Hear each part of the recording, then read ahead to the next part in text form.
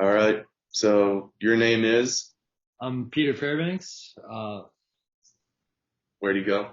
I go to Arizona State, graduating senior this year. All right. Well, Peter, it's glad to have you on here. We're gonna ask you a ask you a couple questions. You're gonna give your response, and then I'll respond to that question myself. So the first question is, go at ASU, like, what is it like? Like how many kids are in your class, from like smallest number to biggest number? Yeah, so I think the smallest number I had was I was in an intercultural communications class, and there was about I'd say 24 students in there. I was one of 24. Everybody met in the classroom, and then the largest one was like intro to finance, and that one had about 600 people in it. It was in a huge auditorium. I don't think the professor knew more than like three students' names in that whole class. Everybody was people rarely showed up. It was interesting being in a class that big. Yeah, well, that's really interesting. We have nowhere near 600 kids in our school, well, in our class, but we probably have about, like, in normal class range would be about like 15 kids usually. And the highest I've seen is like around 30, 35. Lowest is like the lowest number of students in a class I've been in is about five. That's, And I think that includes myself. So yeah, that's crazy. Yeah, I don't think they open up. I think they have a rule at ASU where they don't proceed with the class if there's under 15 kids in it. It's just they don't see it as worth it. They'll say the kids can take it in another semester when more students are interested in it. do they even take attendance in those classes with 600 people? So they have different ways of taking attendance. They have there's one thing called a clicker. It's a device. It costs about $85 that they're asking students to buy, and Hmm. that has your GPS and personal information on it. And you would answer a couple questions. It looks like a scientific calculator, Yeah. but it's a really simple machine. And fortunately, I never had to buy one. Um, but it's impossible to take attendance for a class that has 600 in it, accurately at least. Yeah. Yes. So like you could basically just like skip class all the time and like and if as long as you do your work, like you can get an A. Yeah, absolutely. Yeah. Yeah, absolutely. And then after Corona hit, teachers would switch to kind of like a hybrid thing where they would record themselves during the lecture with probably about like 60, 70% of the class in attendance. And Hmm. then they post that video for us to watch later if we chose not to be in attendance. Yeah. Uh, some teachers would say you gotta watch it live. A lot of them though would record it and post it for people to do later. Yeah. Yeah. So that'd be really convenient for some people or It, just would be, it was very convenient, but I think a lot of people would take advantage of it. hmm Um, I'll tell you what, it's probably the best towards final seasons because with those big exams coming up, you could rewatch lectures and then often you'll be rewatching a lot of them in the same day to kind of cram, and Yeah. you speed them up to time and a half, double time, and you got them talking like mouses, just super quick. But I gotta say, using that method, that didn't work out too well for me. I'll say that when I've tried to do that. That's actually a good idea. None of my professors, well, I think one of them did, but like none of my professors did that. Like we just they would take attendance like normally how they would in the classroom, like on Zoom. It's because there's only 30 kids. It's so easy to keep track of everybody. Yeah, So yeah. it makes sense. I mean, I've probably had I think over the 4 years I've been here, I had probably 8 teachers who knew my name during their class. Yeah. And I can't say with honesty that I have one professor who would remember my name at this moment. Yeah. I Yeah. mean, probably maybe I actually, this semester being a graduating senior, I got to take a couple electives. My yoga professor would remember my name. I know that one for a fact. I worked very hard at yoga and made quite the impression there. Oh, you had a yoga class there? I took yoga. Yoga was a really interesting class. It was core strength yoga. And one of the interesting things is my friend took that yoga class before me, a teammate of mine, and the whole thing was on Zoom. Hmm. So like he'd be watching the professor do it, but you have no way of knowing. And another thing is they never graded based on how good you were at the poses, but it's just a little extra step when you don't even have to show up. Like you're just watching yoga from home on a computer. Yeah. That should not be a class. Yeah. All right. So my next question is, like, so you probably had friends. I'm assuming that went from your high school to ASU. So, like, let's suppose you didn't have any of those friends, and you just came to ASU with no friends. You're gonna meet new people. Like, how would you make new friends? Like, So I can tell you the way I saw it done, and I can tell you what I believe to be the best way to do it. I think best practice would probably be find a community, mhm. right? Later on in my career, I joined the ASU rugby team, and after that moment, but I joined it 3 years late. If I had known that that was there for me, and I had known that, well, I didn't know that was there for me. I just was a Yeah, little intimidated by the fact that this is such a big school, and you hear rugby, and but going out and doing it is a different thing. Just the best way to meet, the best way to make friends is to find people who are doing what you want to do and yeah, then try to do that with them. And they'll always invite you in because that's what they do. That's they're doing what they want to do, and if they can grow that and have more people in on that, they're going to want to. yeah, But the way that people realistically do make friends out on campus is just through roommates usually. A lot of people will, like, sometimes they'll just walk around the really popular apartment complexes with like a couple beers or like something that they'll be like, oh wow, this we got a party going. This guy has beers. Come bring your beers to the party. And I mean that works for some people, but you that's not a lasting connection. A lasting connection has to be, in my opinion, like through shared mhm. interests. Yeah. So, like, other than like sports teams and fraternities and sororities, like, are there like clubs there that people can get involved in? Yeah, there's a bunch of academic clubs. I participated in the pro sales club at ASU for and honestly, I participated for about a week and a half, and after that, I did that for the job prospects, not really to meet people. But I did make a couple of connections to people who were connected to the club, but not connected through ASU through wanting to meet people in a pro sales club. Yeah. That makes sense. Yeah. So to answer my question, my answer would be like it's pretty easy to make friends around here. Like since I'm on the swim team, I have friends on the swim team, and yeah, basically people are friends with people on their sports teams, but they're like really close with those people, and but they're also like also have friends on maybe other sports teams, but for the most part, they aren't as close, but I mean, they're still like good friends. So like, yeah, so that's how like people, make friends and get connected.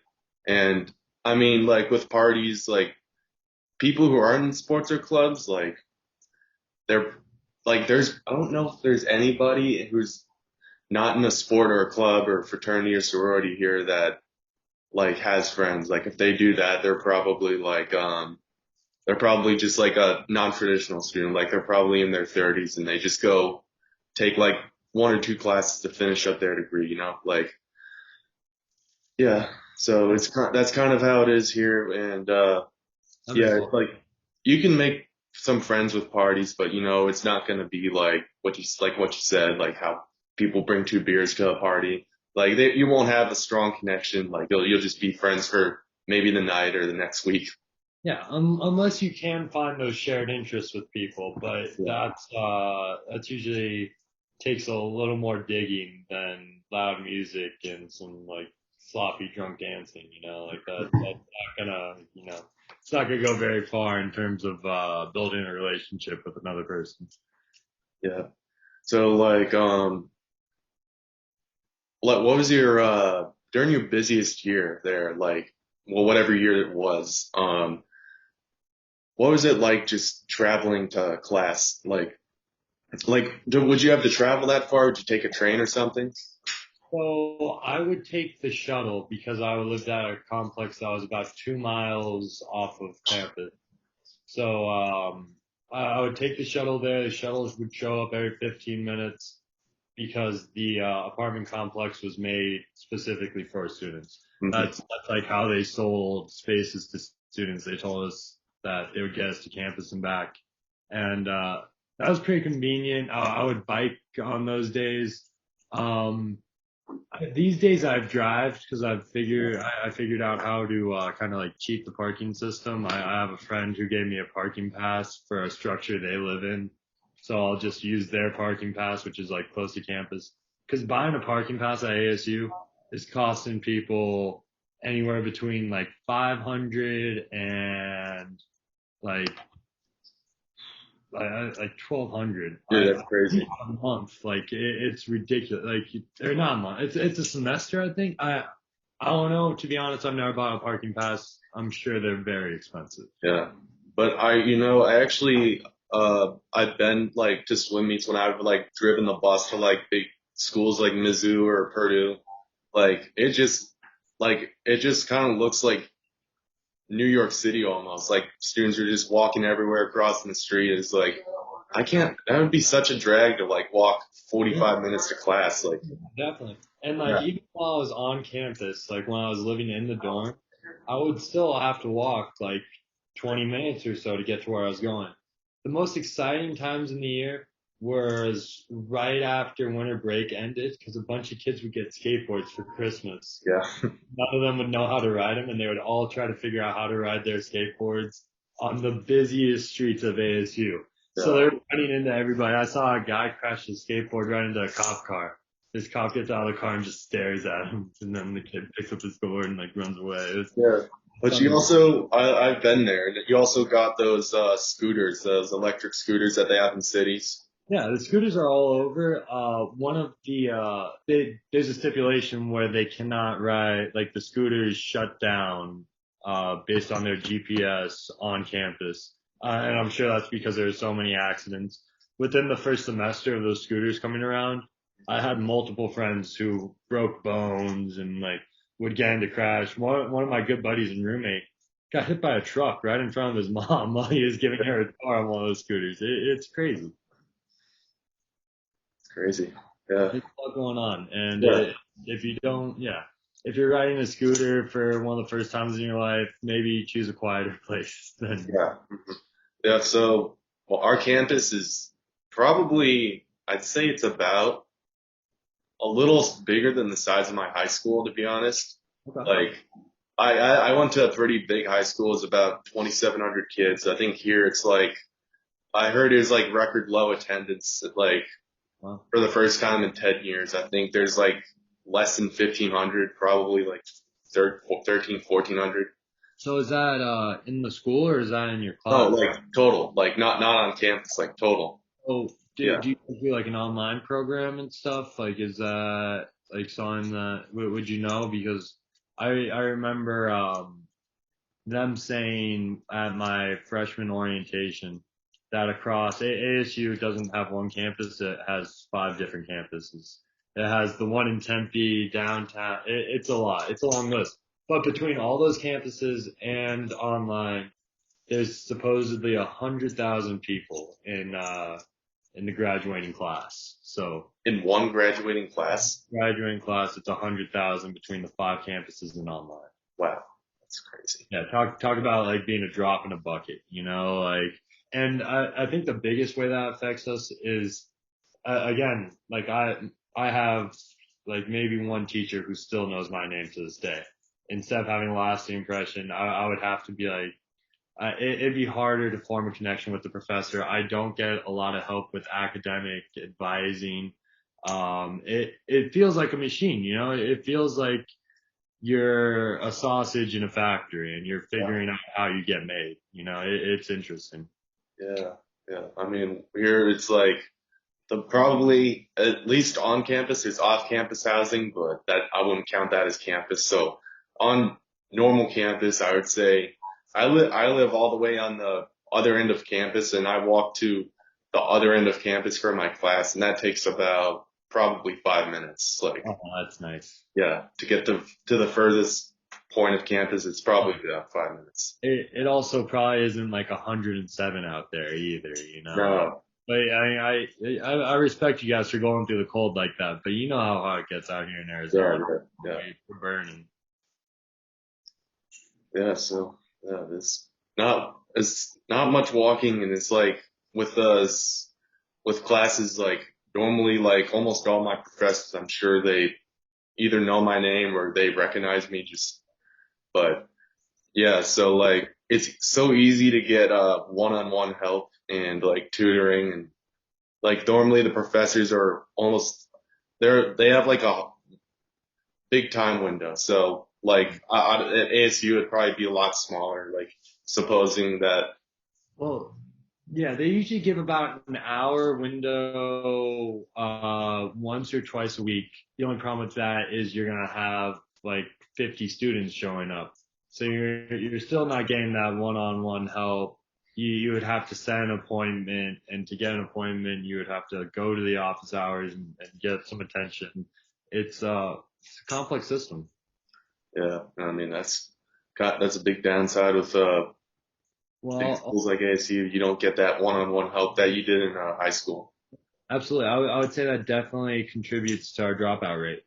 There's a lot of kids who probably think that they're not making it far enough. Like they don't realize where they are and what they're getting done. And man, I mean, kids drop out of the school like flies. Yeah, I mean it's that there is a dropouts. I think on every sports team, like you will have people like not necessarily drop out, like quit college altogether, but they'll either like quit their sport or they'll like get another offer from the school where like this other school is going to give them more money to play, so they'll go there. Yeah. But there's normally not a big like dropout rate. Like people don't just drop out and just like leave. No, I mean, I've met a lot of people out here who have decided that they want to do other things with their life after coming here besides degree. Yeah. All right. Well, I'll wrap this up in a little bit, but my final question is, like housing, like how big would, your dorm rooms be? Cause I know my brother goes to Hawaii and he doesn't even go to schools big as, ASU, but still like his dorm building, I think he has like at least like 6 or 7 floors, probably close to 10, I'm assuming. So it was probably like how many floors and how big was your dorm buildings? Like, So in ASU, the dorms are broken up instead of like so they put us into our housing based on our degree, right? I was in the business school, which has the most students. So we all lived in Hacienda, which is you could call it a neighborhood if you wanted to, because it was made up of about I want to say 6 buildings. There were 6 buildings that were 7 floors each. wow, Yeah, or 5 or 6. There was Hossie A, Hossie B, Hossie C through, I think we got H or maybe F. But there was probably, dude, hundreds of rooms, probably thousands of rooms, but all these rooms were close to prison cells. Like they were concrete rooms. There was like one window. It was usually very dark, and it was all concrete. Like we had a little bit of carpet, but above us, you're looking at like exposed concrete and on your way in. And don't get me started on the bathrooms. oh. Yeah. So did you you had community bathrooms, right? No, we actually had suite style bathrooms. Oh, So okay. I would share a bathroom with 4 of my friends. The downside to that is with community bathrooms, someone cleans it, right? Mhm. Suite bathrooms, you got to rely on your suite mates, which if you've met freshmen in college, you know that they don't like cleaning stuff. So our bathroom got pretty disgusting. Yeah. Yeah, I mean, I kind of live in the same type of apartment or like kind of like where there's like, did you have your own room?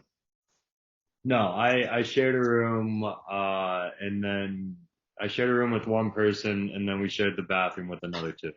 Okay, okay. Well, yeah, I live in something like that, except I have my own room. But like the building I live in, there are some rooms where it's like there's two rooms and then there's two people in each room. So, but Okay. it's either that or there's like four individual smaller rooms, and I have my own room, You're in the ladder. and yeah, it's just enough for me to have all my stuff in, so it's nice. Yeah. Yeah, but I I remember, huh? I was gonna say I only did on-campus housing 1 year. After that, just the price didn't make sense compared to like the private apartment complexes. But you were saying, I'm sorry, I interrupted your thought. No, so like the freshmen or like yeah, the freshmen would typically live in the older buildings. Like these were like it's kind of like what you described, except it was instead of a suite bathroom, it was a community bathroom. So you'd Yeah. probably have about like 25 kids, or yeah, probably 25 to 30 kids like sharing like a community bathroom. How And big was the bathroom? how big was it? Yeah, like how many toilets? How many sinks? I remember two. I think the two of the Okay. buildings had like there was like five stalls, and Okay. then yeah, they had showers on the 25 other kids? side. Huh? 5 stalls for about like 25 kids? 25 to 30, 35 Okay. sometimes, but it's not really busy at all this year. Like this is like I went to one of the dorm buildings where one of my freshman teammates live, and like they're like most of the rooms on their floor are empty. Just this year, but at one hold up.